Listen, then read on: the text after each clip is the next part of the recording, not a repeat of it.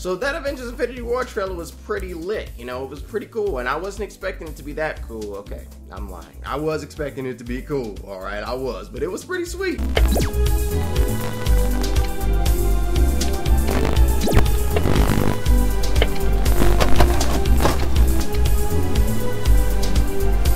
The one thing I didn't realize was that it had some humor in it. It had some humor, and I was like, yo, the Russo brothers movies don't really have humor. At least their Marvel movies don't, but then I remembered, well, they only got 2 Marvel movies, so I can't really say that. Spider-Man's in the forefront, which is kind of weird because he's not really going to be in the movie that long, but it's not that weird. I think it's going to be a pivotal moment in the film, but you know. But the trailer was sweet, and I'm not watching any more trailers. The movie comes out next month. Marvel, don't release any more trailers. Let it breathe, alright? I don't want to watch the movie on my phone in between classes. I want to watch it in theaters. But the one thing that I was thinking about while I was watching the trailer was something that I haven't really seen on YouTube, you know? There's this conversation of, where's the Soul Stone? Who has the Soul Stone? What's going on with the Soul Stone?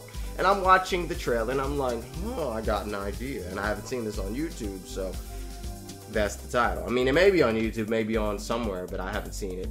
I've seen variations of it, but not this idea. So, yesterday I'm watching Grace Randolph's video, and she's talking about who's going to die in the film. Will it be Tony Stark or Captain America? And she mentions, what if the Soul Stone is an actual soul?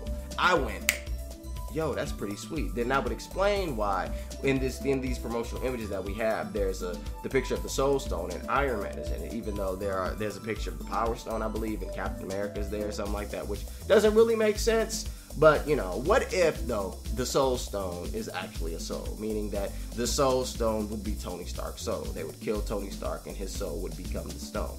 That would be pretty cool. But then I started thinking, wait, so that means they spoiled the movie. Y'all spoiled the movie. No. Then I kept thinking about it. I was like, there's this conversation of who's going to die. The Russo brothers said they're making a mature film, so someone more than likely is going to die. Kevin Feige has hinted that someone's going to die. Someone's going to die. I think someone's going to die. Joe and Anthony Russo also said that if we look at the past 10 years, the Marvel movies that came out these past 10 years, if we look at it as a book, that this film, Infinity War, is the end to that book. So someone's going to die. Okay? Who's going to die?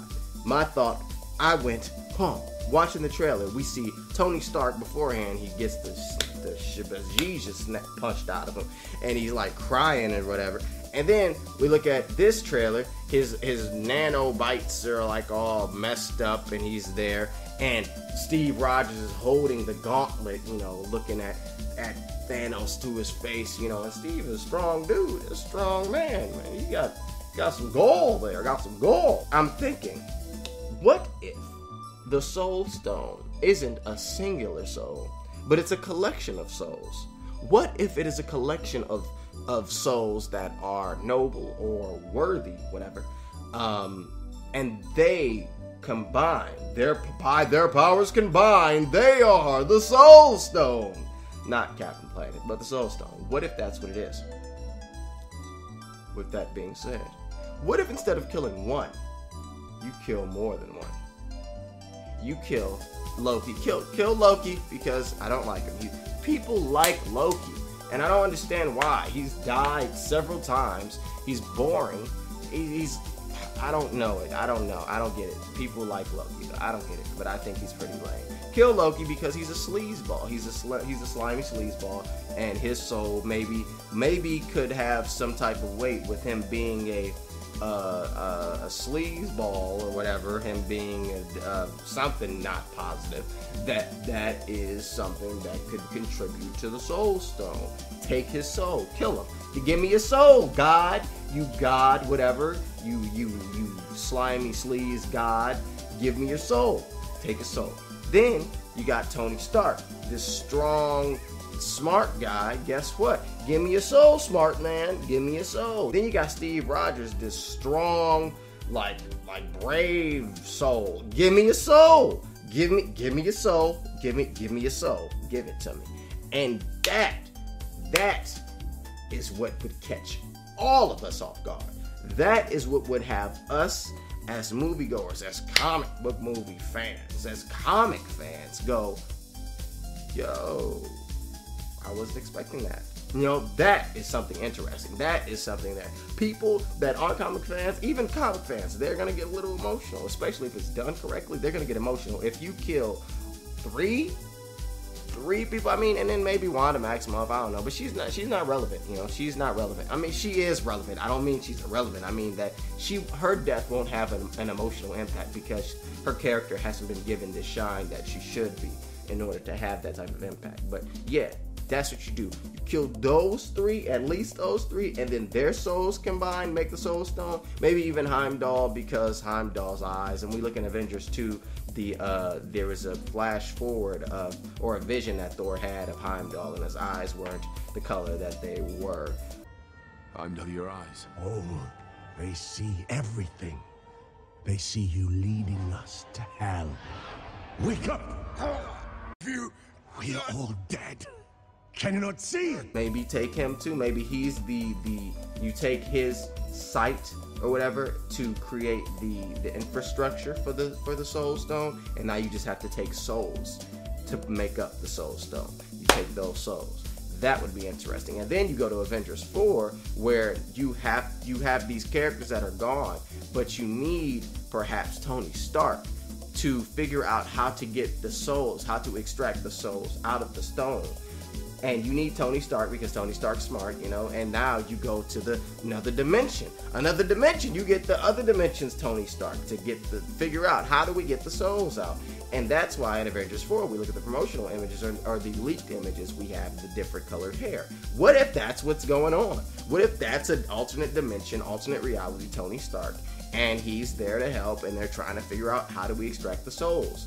And they have to go, they're trying to figure out things. Maybe we need to do this. Maybe we need to do that. Maybe we need to go to the past and figure out whatever X. You know, maybe there was something dropped when the Chitauri first attacked New York, and perhaps we can utilize a tool from them. So let's go to the past and figure it. You know. And that would be interesting because you kill these characters, you have this emotional weight. In the next movie, they're still dead. I mean, you can bring them back, perhaps. And if you bring them back, it may cheapen everything. You know, it may cheapen it. But it's still, I think that it's interesting to go down that route at least. Play with the death of these characters at least, you know. And maybe at the end of it, you can't save it. Maybe you can't extract the souls. Maybe you can't. And that's messed up. And then you have a new Captain America. Falcon becomes Captain America now. You have Peter Parker inherits money from, I don't know, Tony Stark. I don't know. But something happens. Yeah, I just think that'd be interesting to go down that route. To go down that rabbit hole of actually killing people that are liked. People like are fond of, people like Loki. The death of Loki would be like, the actual death of Loki would be like, yo, that's kind of messed up. And then you got Steve Rogers, and then you got Tony Stark, and they all die in the same film. Like, that would be heavy. And then in Avengers 4, you go the multiverse route. Let's try to figure this out. Let's try to bring them back. And then what if it doesn't work? It's like, yo, now you got Spider-Man that starts off exactly where Avengers 4 ends. And it's like, Tony died because of me in Infinity War. What if Tony sacrifices him? He saves Peter. So now you got Spider-Man feeling even more guilt. He got guilt for Uncle Ben dying. Now he got guilt for Tony Stark dying. Like, yo, that's crazy. And he's just a kid. That's crazy. That's crazy, man. That's where you take the story. Those are my thoughts. What do you all think?